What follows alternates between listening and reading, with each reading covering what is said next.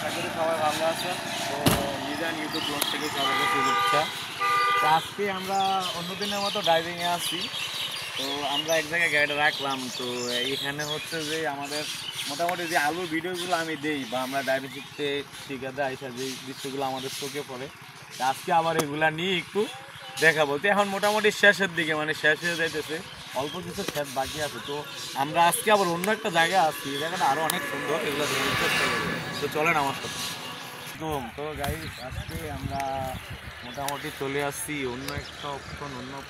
আমরা অন্য অন্য জায়গায় যে আলু ক্ষেতগুলো দেখাই, তা আজকে আলু ক্ষেতগুলো একটু ভিন্ন। মানে এখানে সামনে লাল আলু চাষ হয়, লাল, মানে এই যে সামনে আমার দেখা যাচ্ছে লাল, এগুলো বলে কি ডায়মন্ড আলু, এগুলো হচ্ছে লাল আলু। এই ক্ষেতগুলোতে লাল আলু চাষ হয়। তো এই আলুগুলো আজকে দেখাবো। আর আমার এই সাইডে আছে, এই আলুগুলো মোটামুটি ওড়ানো শেষ, মানে পুরা আপনার মাঠ ভরা হচ্ছে যে আলু। তো অনেক সুন্দর লাগে, এখানে অনেক আলু সাজায় রাখছে, মানে এগুলো গুছানো শেষ, মানে বস্তা করে রাখছে। আর মোটামুটি অনেক সুন্দর, যে অনেক সারিবদ্ধ আছে। এই আমাদের বাংলা মায়ের বাংলা যে দৃশ্যগুলো আমাদের দেখতে অনেক সুন্দর লাগে, সেগুলো আমাদের হৃদয় জুড়ে যায়। যে আমাদের গ্রামের বা যে গ্রামের যে সাইডগুলা বা সেগুলোই গ্রামের একটা ঐতিহ্য, মানে গ্রাম এই জন্য একটু বেশি সুন্দর, যে এই জিনিসগুলা গ্রামে অনেক সুন্দর লাগে। তো সবগুলা সারিবদ্ধভাবে আছে। তো চলেন আমরা আরেকটু ওইদিকে যাই, লাল আলুগুলা দেখানোর চেষ্টা করি। বুঝি আঙুল টানতো স্যান্তুলে টান দেন।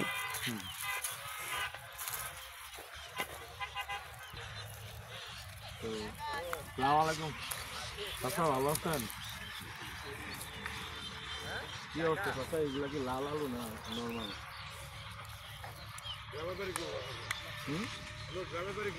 আমাদের বাসা হচ্ছে গরিপুর।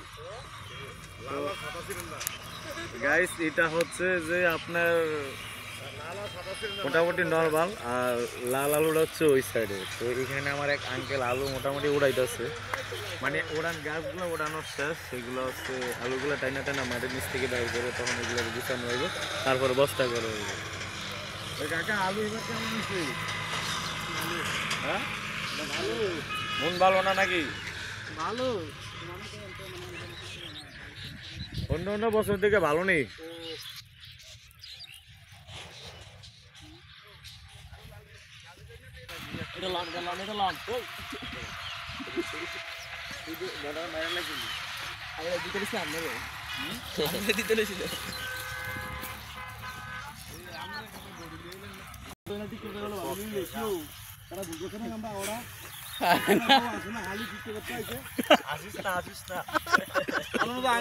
হালিমালি আতাম তিতারে নিয়ে নিয়া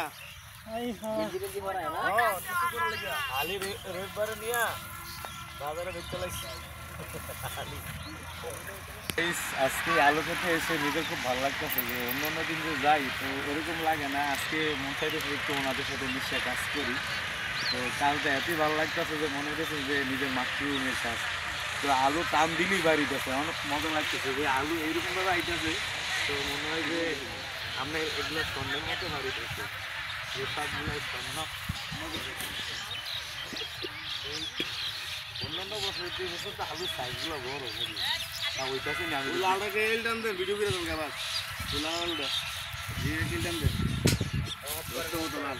এখন টানতে টানতে আমি এসে পড়েছি আমাদের বাংলা মায়ের যে ডায়মন্ড, মানে যে বাংলা মায়ের। হ্যালো, এই যে হচ্ছে আমি অনেক পরে খুঁজে খুঁজে লাল আলু পেয়েছি। এইটা হচ্ছে মূলত লাল আলু। তো আমি এখন এইগুলা টানবো, টাইনা উড়াইবো, আলুগুলা দেখবো। তো আমার খুব ভালো লাগতেছে যে আমি নিজে লাল আলু দেখছি, বা সচরাচর লাল আলু একটা তেমন বেশি দেখা যায় না, কিন্তু এগুলো অন্য আলুর থেকে এই আলুগুলো একটু দাম বেশি। এগুলো আছে মোটামুটি চায়না 20 কিলো ধরা যায়। এইটা হচ্ছে মূলত সবগুলো লাল আলু, ললিতা আলু, মাশাআল্লাহ ললিতা আলু।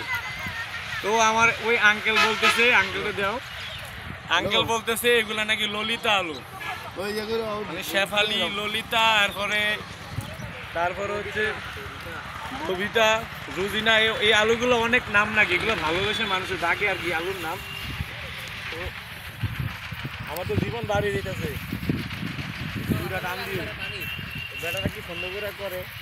আসলে সেরে গেছে লাল আলু হয়েছে ভালোই বার। হ্যাঁ, ওই হাসিনা দেশ ছেড়ে গেছে।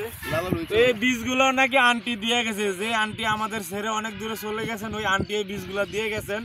এই বীজগুলো আন্টি নিজে হাতে বানাই না বীজ, তো এইগুলো দিলে হইলে মানুষে দিয়ে গেছে খেত। তা আলহামদুলিল্লাহ আমরা আর কিছু পারি আর না পারি, আমার আন্টির জন্য একটু দোয়া করব, এই আলুগুলা খাবো আর আন্টিকে দোয়া করবো, আন্টি যদি আল্লাহ যারা ওই ওনারা যেন আছে আন্টি যদি ভালোবেসে রাখেন আর কি।